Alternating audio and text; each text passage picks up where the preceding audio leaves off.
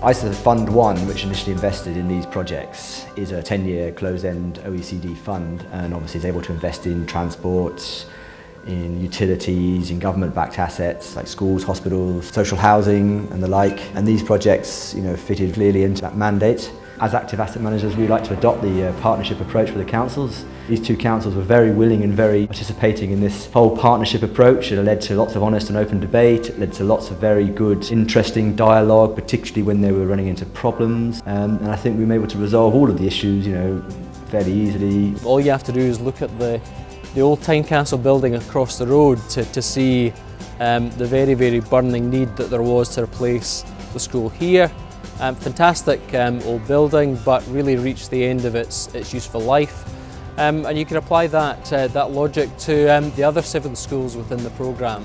All very, very good schools as entities, but the fabric, the building, the infrastructure, the equipment, really getting to the end of the useful life and not providing the necessary learning and support environment that we need to provide for our pupils and children in the 21st century. I attended the opening of all 8 schools, and what a buzz there was from the pupils, from the teaching staff, from the visitors in all of the schools at all of the opening.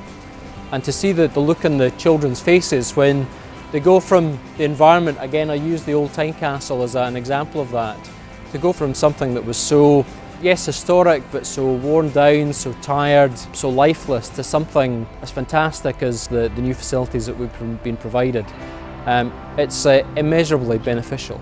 PPP is a government process for procuring infrastructure, and it's a public-private partnership. So there's a public aspect, which is the local authority, the council. The private is the private investment, and the two sides are supposed to work in partnership to deliver these projects. And these projects are PPP, which means that we have this understood structure behind the process. I think people have to remember that the word partnership is a vital thing to success in any of these contracts, because we're all working for one aim, and that's to deliver a good educational experience to young people and to let our community see what their money, their investment through their taxes, etc., has gone to create these lovely buildings. So I'm actually very thrilled, and I really, really, really embrace PPP.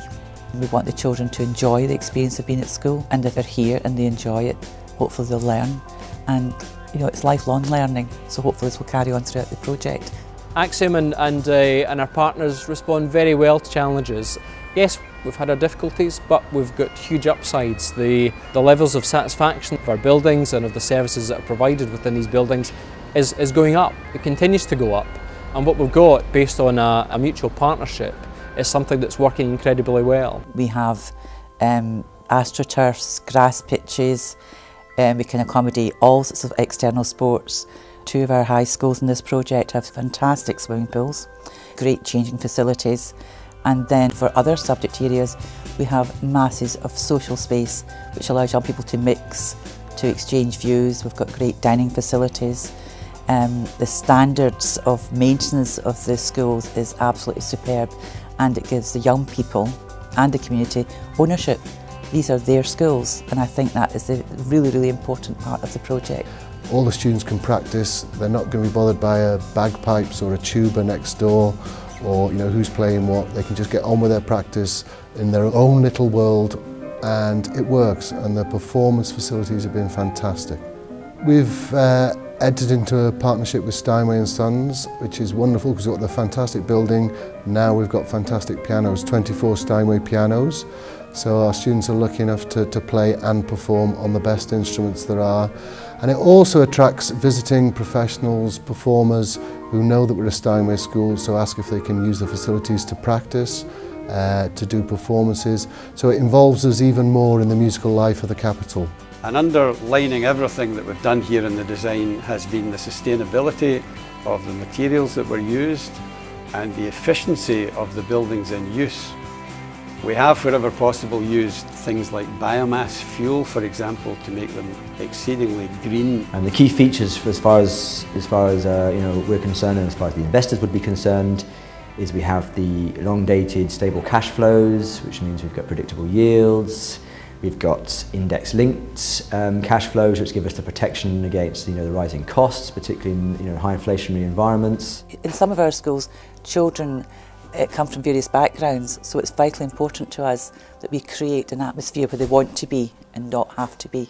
Anecdotally, we had an incident last year where the schools were all closed for the bad weather, but one of the schools in Perth was used as an emergency rest centre for stranded motorists on one of the roads. And so we've got a lot of good coverage, or news coverage for that, particularly in Scotland, for our school being open and looking after stranded motorists overnight. And I think right from the beginning of this project, EISER and an asset management team has adopted this partnership ethos. I mean, the council has engaged with us because we have been adopting this open and honest partnership approach, and also with our subcontractors. And I think that goes a long way to making sure that you're actually getting quality facilities, because as long as there's the trust building up between all sides, people are performing to their best of their abilities, we've got good confidence that we've actually built some very good quality infrastructure.